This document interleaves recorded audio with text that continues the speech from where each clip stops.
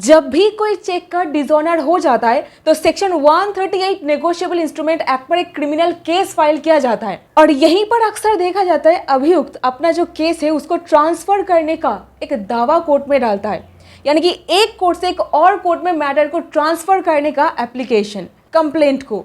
और यहीं पर ऑनरेबल सुप्रीम कोर्ट के द्वारा दिया जा रहा है 5 रूल्स जो हर एक केस में अप्लाई होगा। ये चीज आपके केस पर है या फिर नहीं है आपको देखना है। कब आपका जो केस है उसको ट्रांसफर किया जा सकता है, अगर किया जा सकता है तो कौन से परिस्थिति में, और कब आपका जो ट्रांसफर एप्लीकेशन है उसको खारिज किया जा सकता है। लेकिन यहीं पर एक छोटी सी रिक्वेस्ट है, सिंपल और सरल भाषा में कानूनी ज्ञान आम जनता तक पहुंचाना यही उद्देश्य है। और इसी चीज को सपोर्ट करने के लिए एक छोटी सी लाइक, चैनल को सब्सक्राइब और जरूर अपने दोस्तों के साथ इसको शेयर कीजिएगा। हाल ही में सुप्रीम कोर्ट के सामने एक केस आया था जहां पर एक फीमेल अभियुक्त जो एक सीनियर सिटीजन भी थी, उनके द्वारा एक ट्रांसफर एप्लीकेशन फाइल करी गई थी और ये एप्लीकेशन होता है सेक्शन 406 सीआरपीसी के अंदर। सेक्शन 138 नेगोशिएबल इंस्ट्रूमेंट एक्ट पर चेक बाउंस केस फाइल होता है। अब इस केस को ट्रांसफर कराने के लिए आपको सेक्शन 406 सीआरपीसी में एप्लीकेशन दाखिल करना पड़ता है। ये सेक्शन नया कानून बीएनएसएस पर ये हो गया है। तो यहीं पर ऑनरेबल सुप्रीम कोर्ट ने कहा एक्यूज्ड का सुविधा असुविधा देखते हुए हम लोग सेक्शन 138 नेगोशिएबल इंस्ट्रूमेंट एक्ट का जो केस है उसको यहां से वहां ट्रांसफर नहीं कर सकते। उनका सुविधा हो रहा है असुविधा हो रहा है ये देखना हमारा दायित्व नहीं है। केस को ट्रांसफर करना ये एक्यूज्ड के कन्वीनियंस के ऊपर डिपेंड नहीं करेगा हमेशा। और ये कहते हुए एप्लीकेशन को डिसमिस कर दिया गया, खारिज कर दिया गया। तो यहीं पर एक सवाल आता है, आखिरकार केस में ऐसा क्या होना पड़ेगा जिसको देखते हुए, कंसिडर करते हुए कोर्ट आपका जो एप्लीकेशन है उसको ट्रांसफर कर दे।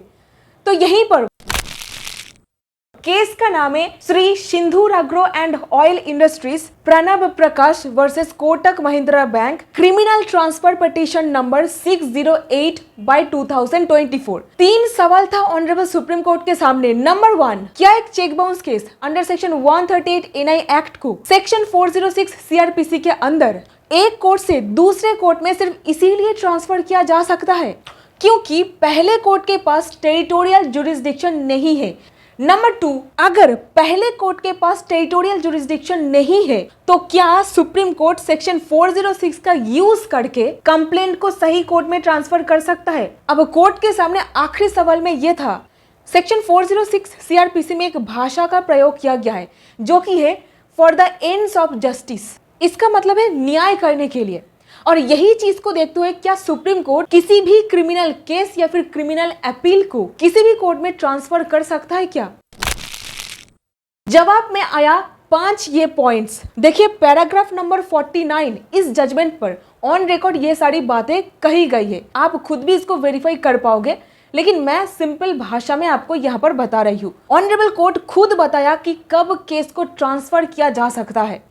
नंबर 1, जब ये लगता है कि स्टेट मशीनरी या फिर प्रोसिक्यूशन अभियुक्त यानी कि एक्यूज्ड के साथ मिलकर के काम कर रहे हैं और प्रोसिक्यूशन के लापरवाह रवैया की वजह से जस्टिस का मिसकैरेज होने का चांस है, मतलब हो सकता है कि आपको न्याय ना मिले, तो ऐसे परिस्थिति में आपका जो केस है उसको ट्रांसफर किया जा सकता है। नंबर 2, जब ऐसा मटेरियल है जो दिखाता है कि एक्यूज्ड प्रोसिक्यूशन का जो विटनेसेस है, जो साक्षी है, उनको इन्फ्लुएंस कर सकता है या फिर कंप्लेनेंट पार्टी को फिजिकली हार्म पहुंचा सकता है, इस पर्टिकुलर परिस्थिति में आपका जो केस है उसको ट्रांसफर किया जा सकता है।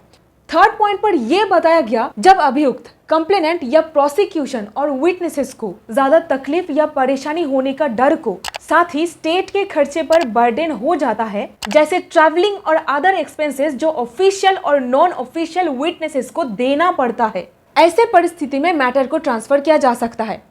चौथी पॉइंट पर कहा गया, जब कम्युनल टेंशन वाला माहौल हो जिससे ये लगता है कि फेयर और इम्पार्शियल ट्रायल करना मुश्किल है क्योंकि एलिगेशन और क्राइम की नेचर बहुत सेंसिटिव है, इस परिस्थिति में हो सकता है। पांचवी और आखिरी पॉइंट पर बताया गया, जब ऐसा मटेरियल है जो दिखाता है कि कुछ लोग इतने हॉस्टाइल है कि वो डायरेक्टली या फिर इनडायरेक्टली जस्टिस न्याय के प्रोसेस में इंटरफेयर कर सकता है या फिर कर रहे हैं, उस परिस्थिति में आपका जो केस है एक कोर्ट से एक और कोर्ट में ट्रांसफर किया जा सकता है। लेकिन यहीं पर आपको ध्यान में रखना है, अगर एक्यूज चाहे तो एक एप्लीकेशन डाल सकता है कि मैं पर्सनल अपीयरेंस से एग्जेम्पशन चाहती हूँ या फिर चाहता हूँ। पर्सनली कोर्ट में हाजिर रहना पॉसिबल नहीं हो पा रहा है, तब पर्सनल अपीयरेंस से एग्जेम्पशन मांगने के लिए आप एप्लीकेशन दाखिल कर सकते हो। डेफिनेटली ट्रायल जज आपका जो एप्लीकेशन है उसको मंजूरी दे सकते हैं। तो इस particular section 138 check bounce case में ऑनरेबल सुप्रीम कोर्ट ने ये 5 पॉइंट समराइज किया, नेगेटिव में आंसर किया और ऑनरेबल जस्टिस जेबी पर्दीवाला जी के द्वारा कहा गया ये चीज बहुत ही ज्यादा क्लियर है, क्षेत्राधिकार नहीं है ये इशू बोल करके आप मैटर को एक कोर्ट से एक और कोर्ट में ट्रांसफर कराने की बात नहीं कर सकते हो। केस को ट्रांसफर केवल किया जा सकता है जहां पर expedient for the ends of justice ये देखा जा रहा है वहां पर ही किया जा सकता है। अब इसका मतलब ये है, पैराग्राफ नंबर 49 पर कोर्ट ने क्लियर करके बोला ट्रायल को ट्रांसफर करने का जो मुद्दा है इसको रूटीन मैनर पर ऑर्डर पास करके डिसाइड नहीं किया जा सकता। खासकर जहां पर सेक्शन 138 नेगोशिएबल इंस्ट्रूमेंट एक्ट पर कोई केस फाइल किया गया है और ये प्ली उठाया गया है कि क्षेत्राधिकार जुरिस्डिक्शन लैक कर रहा है, जुरिस्डिक्शन नहीं है। तो यहीं पर मेरे दोस्त इस पॉइंट को जरा नोट कीजिए, प्रावधान क्या कहता है। अगर जिस कोर्ट में कंप्लेंट फाइल हुई है उसके पास जुरिस्डिक्शन नहीं है तो वो कोर्ट खुद कंप्लेंट को लॉ के हिसाब से रिटर्न या डिसमिस करेगा।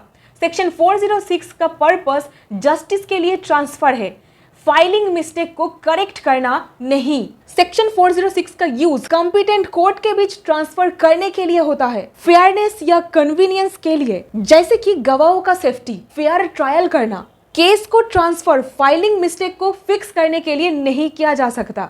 तो ये था ऑनरेबल सुप्रीम कोर्ट का कहना इस पर्टिकुलर चेक बाउंस केस के जजमेंट पर। जजमेंट का लिंक डिस्क्रिप्शन बॉक्स पर मौजूद है।